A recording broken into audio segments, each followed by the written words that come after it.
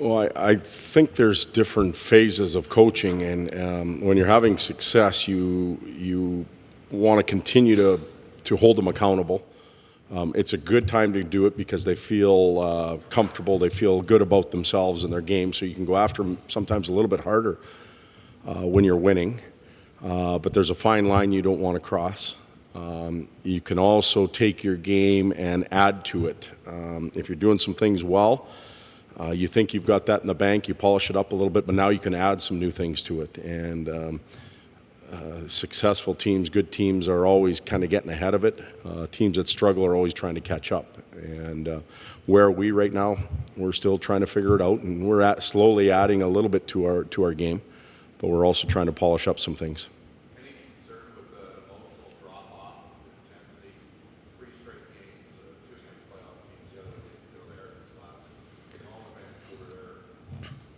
There's history between these 2 teams, but are you concerned that maybe the guys are going to read check out the standings? I hope they do, because I think Vancouver's right behind us.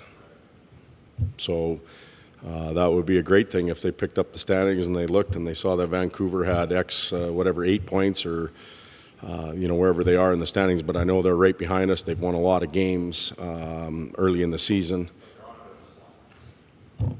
Doesn't matter. The history doesn't matter. It's what they're going to give us and what we're going to give them tomorrow night. And I think you've heard the word test a lot around our team. Every game's a test for us. It doesn't matter if we're on a 4-game losing streak or a 4-game winning streak. It's a test. And we sometimes get so focused on the outcome of a game and what it means to the standings that you don't look at what happened during the night. And there's some nights where we've played well and lost, and there's some nights where we've played poorly and won over the last year and a half. And the most important thing that we do is look at the input into the game. How did we play in certain situations? Where do we have to get better? And the preparation for the game in Vancouver is very important. And we'll be looking at that as part of the process.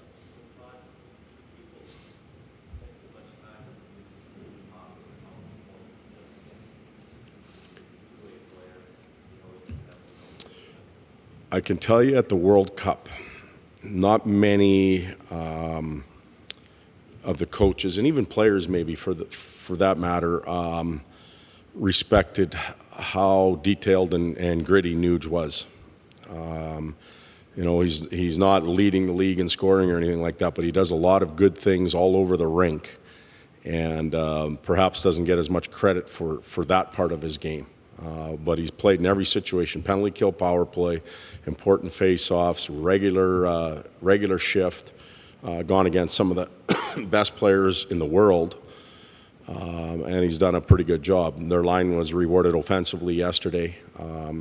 So again, we have to be careful, and instead of just opening up the stat sheet and looking at the number of goals he has, look at the input into the game and his effect that he has on it.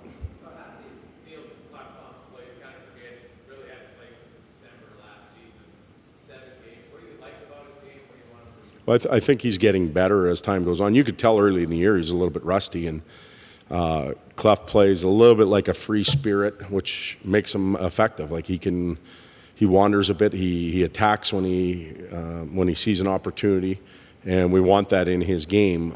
I think the detail part, the controlled part, the breakout part's getting better, and he has a new partner, but he's also got a new year.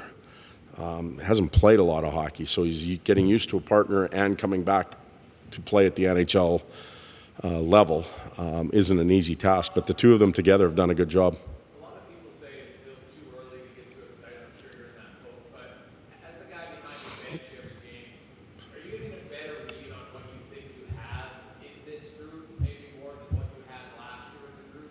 So your expectations on what you think they're capable of in a game is different than last year? Ingredient-wise, it's different. Tactic-wise and game plan wise, there's a lot of similarities between it, except our group comprehends it better. We've been together longer. We can make adjustments quicker. Those parts of the game were further ahead than we were last year at this time for a couple reasons. The accountability part and expectation part, the players are doing a good job. Last year I talked about establishing boundaries. Right now the players are in control of their boundaries. They hold each other accountable on the bench. They want to, when a shot's blocked, they reward each other. When somebody catches somebody from behind and strips a puck like we did a lot of yesterday, they recognize that, and they're paying attention to the details that it takes to win, and they reward each other on the bench with it. When it doesn't occur, there's a little tap and, hey, let's get this going. You can be better in that area. And when they take over the team and they start controlling the boundaries, it becomes more powerful. Last year, you guys gave what, 31 shots a game. And I think I mentioned to you this is like a shot a period over 40 last year. Yep. Shots against. You're 6-1. There's still a lot of shots against. Like, it's hard to balance the goal success with. Well, in my opinion, we're still giving up too many shots. It's catch-22 because I'd like us to be a volume shooting team, which means you get some from bad angles, from really non-scoring areas, but it keeps the other team on its toes. And I think we've been giving up some of those perimeter shots. We've also given up, a lot of shots on our penalty kill, which has to get better in certain areas. A lot of shot attempts off face-off losses, which is an area of concern. So I think there's 3 or 4 areas that we can tighten up and bring that shot total down. Still a lot of scoring up and down this lineup for some of you. How important is that moving forward to this team's continued success? Well, good teams have that. They have, baseball analogy, the leadoff guy does his thing, 2 and 3 on a good night are getting on base, and the cleanup guy brings everybody home. But there's other nights where 7, 8, and 9 contribute, and they're just as important, and they find ways to win games. So we've been able to get that Pitlick with 3, Cassian with a couple, Letestu shorthanded on a few. You have to have that. You can't just rely on Connor, and you can't rely on Eberle and that the usual suspects. Sometimes the unusual suspects have to get involved, and we've had that early in the year. Todd, Peter was talking on, I think it was show, about an analytic that was generated internally on Russell. Correct me guys, I think he was second in the league last year in clean zone exits is the one. Can you just talk about that trait specifically, his ability to pick up the puck under pressure, make a smart play going in the other direction, and how that's helped? Yeah, and I guess when we talk about Chris, from what I've been told and, through the analytics world, it depends how you look at the numbers. Sometimes he's an unfriendly analytics player, yet with the eyeball test, he's a pretty friendly one for us to this point, and that's a big part of it.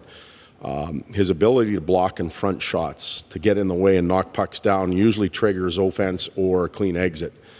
Puck's laying in front of him, everybody's going to the net, and he can release from there. So he does a tremendous job in that area, and he's got some poise. He's played for a while now. He's been an offensive defenseman throughout his junior career, and he's produced points at this level. So he has some poise, and he doesn't panic with the puck, so we're capable of getting it out with him on the ice.